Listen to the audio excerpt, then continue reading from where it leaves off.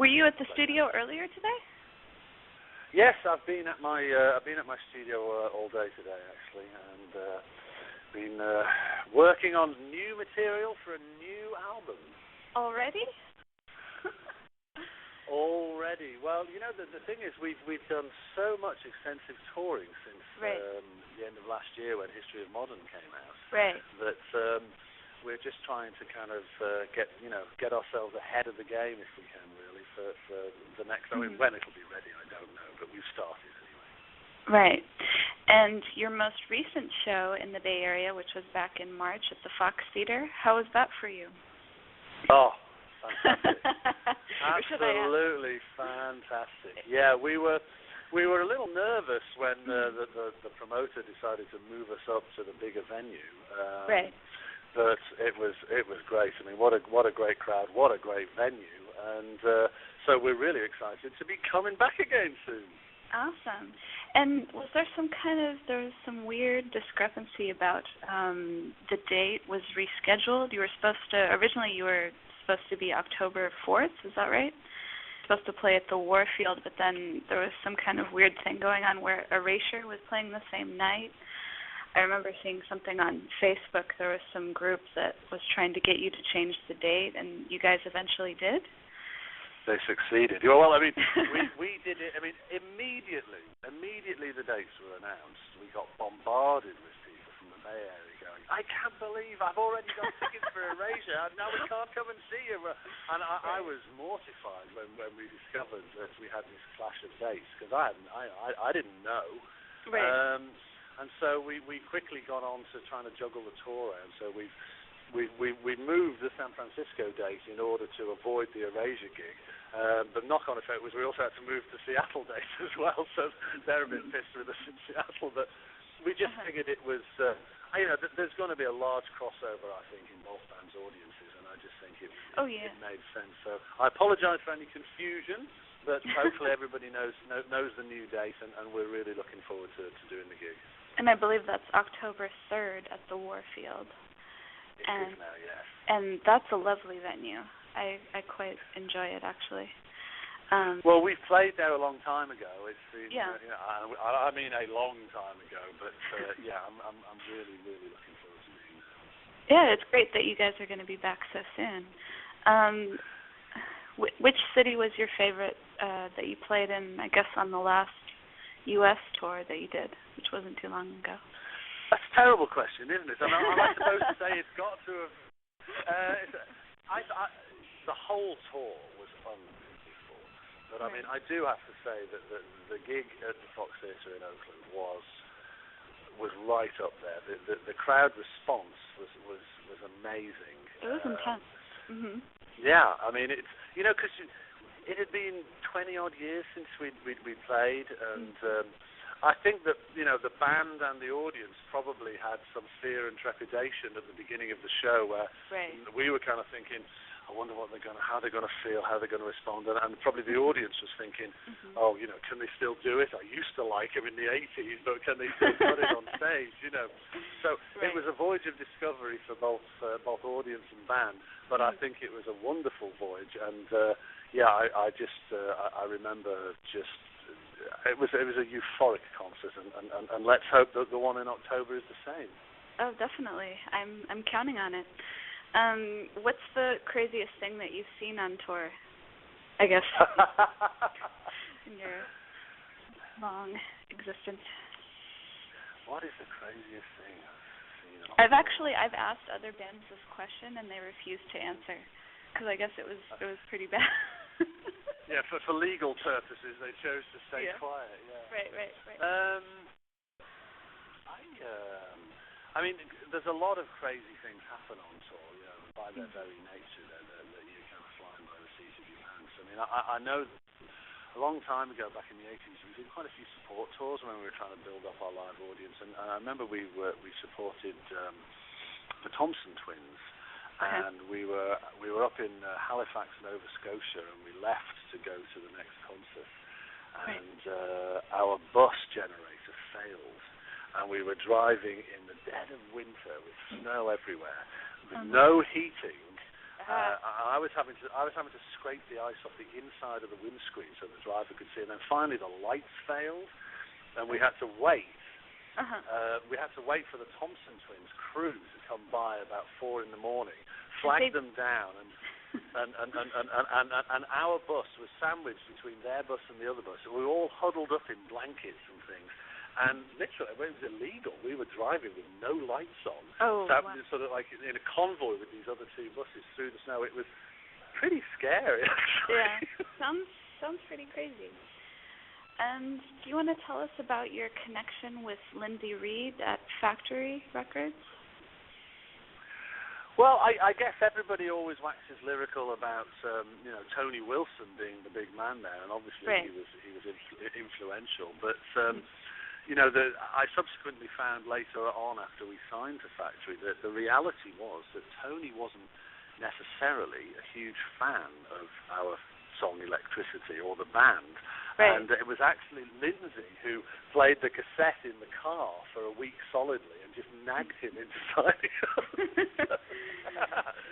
So thank God for that. But it was, I think for whatever reason initially Tony didn't get it. And then of course when he got it, of course he told us and the rest of the world that it was all his idea and what a visionary he was. What are some of the most significant experiences that you've had being in the band? We count ourselves very fortunate that essentially by doing what we wanted to do, we ended up being allowed to do it and to be successful at it, rather than trying to be, wannabes and following somebody else's style and method. But I think, I've loved writing the songs, I've loved playing the concerts, the feedback of the audience is great, but we're musicians and songwriters. We don't dramatically change the world. We don't bring, You think? An end to hunger or peace or anything. But when somebody takes the time to tell you, either by letter or email or even better to your face, that something you have done has been significant in their life, that for me is always the greatest reward. So when somebody comes up and says, this song got me through, my terrible life when I was living at home when I was a teenager, or your words really gave me hope when I was down, or, strange as it may seem, we've been honoured to have been told that, by several people actually, that our music has been played at funerals because that's how somebody requested that's how they wanted what they wanted people to hear when they were thinking about their passing. I mean, moments like that just make you feel hugely honoured that some small thing that you did has been so significant to people. That is incredible. That's kind of a morbid way to think of your music, but. Well, it is. I mean, it is. I'm not saying that everybody comes and tells us that they only listen to us at funerals, but I think that is that ultimately, I think, is the most rewarding thing that you can get. Is that when somebody actually goes out of their way to say, thank you for what you've done because it's meant so much to me, and that is the ultimate reward. Definitely. And last time we talked about Kraftwerk and how they were an influence on you. What other bands had a big effect on you? I think I was quite a spiky and precious teenager, actually. There was only a few artists that I really liked. I was very good at hating things, but there was only a few things that I really liked. So Kraftwerk were definitely number one. Right. But there was a handful of other artists who I definitely think had an influence. That would be Roxy Music, David Bowie, Brian Eno in particular. I think was a huge influence on us, and the Velvet Underground actually as well. Oh, that's a good choice. Thank you. And what's your favorite album that the band has put out? Of ours? I would probably say our third album, Architectural Morality. I think that's probably where we kind of were the zenith of our powers. Scary to think that's 30 years ago now.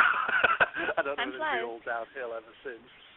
But But yeah, I think that because I think when you're young, and we were very very very intense about our music, and quite how we were going to do it, I don't know. But we were going to try and change the world with our music. It was that important to us, and but that naive determination is something that I think you can only have in your youth. I think reality tends to beat you up as time goes by. But I think that we really got our heads around how to write songs, and that was probably the ultimate expression of where we'd come from and what we'd finally achieved at that age. So yeah, architectural morality would be my choice. Awesome. Did you guys didn't participate in Live 8, did you? Because you kept talking about how your music can change the world or that kind of. No, we didn't. We were very much, I think, because we didn't live in London, because we didn't hang out with the London music scene. We didn't get invited, I'm afraid to say. Oh no. Well. No. What a terrible oversight on their part. You never know; it could be resurrected from the dead at any moment. When you guys did If You Leave for the Pretty in Pink soundtrack, were you aware that it would be one of your most well-known songs? Absolutely not. I mean, the funny story about that, of course, is that we were invited by John Hughes to go to Paramount Pictures, and we met him and the cast, Molly and John Cryer, when they were on set. And we were given the script, and we were told, we want a big anthem for the final scene, the prom scene. Can you write us something? And we were like, yeah, okay. So we got it all together. Anyway, we returned back to America, having written this song, armed with our 2-inch multi-track tape ready to mix, only to be informed by John Hughes that in the intervening time, they'd completed the film, shown it to a test audience, and the test audience didn't like the ending. And I don't know whether you're aware of this, but they completely changed the ending of Pretty in Pink. Oh. Molly Ringwald originally was supposed to end up with her friend Ducky. Oh, you're right. Yeah, I did hear about that. Yeah, and all the little girls went, no, he's nice, but he's a friend. She should end up with a good-looking guy. And so John apologized profusely and said, listen, guys, can you write me another song? Because lyrically, the one you've written doesn't work anymore. Because that was a song called Goddess of Love. So yeah, we had a day before we were about to go off on tour in America, so we rushed into a studio in Los Angeles with a load of rented equipment, and completely off the top of our heads, we wrote this song. We worked on it, sort of demoed it till about 4 in the morning, put a cassette on a motorcycle, sent it to Paramount Pictures, and got a phone call the next day from John saying, we love it, can you finish it? And we'd had like 2 hours sleep, and we were like, oh, we go back. And that was If You Leave. So how could we have had any clue when we wrote it that it would even be good enough for the film, let alone turn into what seems to have been kind of the iconic 80s song? And because it was in an iconic film, in the prom scene, it seems to be, everybody from the 80s remembers that song at their prom. It was your punishment, and everyone else's. Something like that. Something like that. Well, of course, I mean, we subsequently on the tour we did in the spring this year, I took great delight in often introducing it on stage as, we used to be a real cool synthesizer band from England, and then we sold our souls to Hollywood and we lost all our credibility. Here's the song. Well, that's a great way to introduce. And what is your association with Atomic Kittens? What is my association with Atomic Kitten? I shall plead the fourth on that one. When I retired, when I stopped in the mid-90s, when I felt like I was kind of banging my head against a brick wall in the music industry, I was conceited enough to think I could still write songs, so I had this mad idea to invent a 3-piece girl band. Well, after all the trials and tribulations of deciding that I wanted to write songs for somebody else, which was very weird. The amazing thing was that even though quite frankly, I didn't have a clue what I was doing, I'd never done anything like that before, they got a deal, they were very successful, and actually they they granted me my first ever #1 single in the UK. Admittedly, maybe maybe there was a sanguine lesson there. All I had to do was retire and get 3 good-looking girls to sing instead of me. There's the answer to all of your problems. No. Indeed. And what are some messages or themes that you're trying to relate to people in your music? What are some of the messages I'm talking? Oh, good Lord. I think the bottom line is that you walk a tightrope between being selfish, because the best form of expression has to be entirely selfish and personal. You have to be interested and motivated yourself in order to do it. But then you have to have, what is it? The conceit, the generosity. I don't know what word I'm looking for that is appropriate, but to feel that you're going to share it with other people, or hope that you can. I think that's the bottom line, is that you have to do what you believe is what you feel the need to do. And in some respects, it's making music and writing lyrics is a conversation with yourself. It's a way of externalizing your own thoughts so that you can view them and reinterpret them. And obviously, when you put them out there, then you allow other people to view them and interpret them, and often they interpret them in completely their own way. But if you give people something that they hadn't had previously, whether it's a lyric that fascinates them or moves them, or whether it's something to dance to or a tune to sing in the shower, whatever you give them, if you manage to give them something, then it's wonderful. Right. And I think I might have asked you this last time. I'm not sure. Do you have any words of wisdom for young bands and musicians who are just starting out? I think I did. I think you did ask me, and I think the dilemma is, of course, that I'm not in a young band myself. All I can say is, the reality is the music industry is a very different landscape to one that I joined all those years ago. And I think, quite frankly, much harder. In some respects, some things are easier. The technology allows people to do things themselves, which, you had to get a deal and get into an expensive recording studio to record or film yourself, which you don't have to now. And the internet allows you to broadcast what you do in a way that you wouldn't have been able to do in times gone by. So those are positives, but in terms of the power of the music industry to get behind a young band and support a young band, it's just really not there anymore. There's only a handful of record companies that have the funds and, quite frankly, the balls to actually take a band and spend the money and go for it, unless they feel it's an automatic cert, in which case, it's. I think that, for me, that's the sad thing about the music industry now, is it's struggling to make ends meet financially. So there tends to be a very, very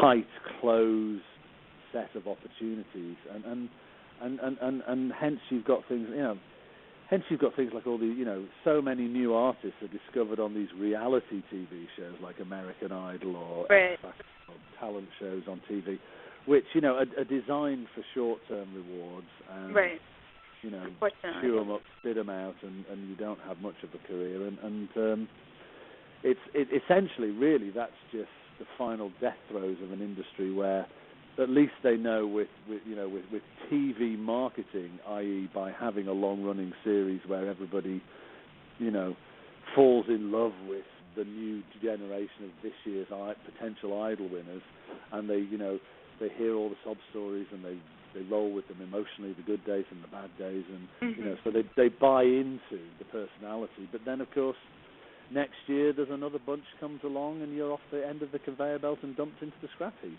Definitely. Do you think because of technology also, because of the onset of iPods and iPhones about 10 years ago, that there's a lot less emotional attachment to the music? It's much more like, we're selling a product, and, it's like you were saying, it's just a continuous, spectrum of, whatever they're throwing at you, that's what you're going to be interested in. It's not necessarily like you're going to be attached to a certain artist, like, people were attached to the Rolling Stones, or, you guys, for example? Yeah, I think there's a large element of truth in what you just said. I think that the very nature of the way that people listen to and absorb music these days has altered their perception and their feel for it. I don't think it cuts as deeply into people in such a broad way as it used to. I mean, there are still people who get emotionally attached to bands. There are still people who get moved by music, and it still has the potential to do that. Right. But I think that the business has always been a business. I mean, records would not get made if companies didn't think they were going to sell lots of them and make big profits. But since the profits aren't there to be made anymore on anything other than the mega superstars, I think that it seems to have divided almost into sort of there's the creme de la creme who sell millions, they make money, the record company makes money. That's a tiny few percent.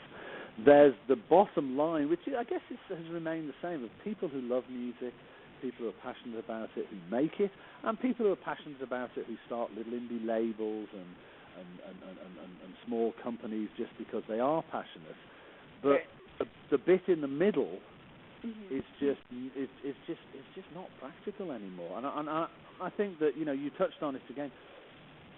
The reality is that for most people now, music is no longer a physical item. It's no longer a vinyl record with big artwork that you digest. When I was a kid, I used to go into the Liverpool on the train. I'd buy a record that I'd been looking for or was excited about. I'd sit on the train home, digesting it, reading the lyrics, looking at who was on it, what label was on it, Right. And you'd already got a feel for it before you even put it on the turntable. Well, now, you download it in 5 seconds. It's an icon. There's minimal artwork. It's just, I think it's become devalued because it doesn't. It's not a physical object anymore, and that's why you wouldn't go into a store and steal something, but people don't seem to have any compunction about downloading something for free because it's just an icon. It's just a file. They can copy it, delete it, send it, move it, whatever. It just doesn't seem to have the same weight of importance anymore. Unfortunately. But your upcoming show at the Warfield is October 3rd, and do you know who the opening band is? The name escapes me. Yes, we have a new young lady called Megan Washington. Okay. And we're very excited. Good new music. I mean, quite different to our music, but we toured last year with Nana Oland, who seems to have gone on to great big things since she was touring with us. So whether that will be a springboard for Miss Washington remains to be seen. But it's always nice to have somebody new with you. Right. Looking forward to that. And if people want to find out more about you, they can go to your official website. So you have a lot of followers on Facebook as well.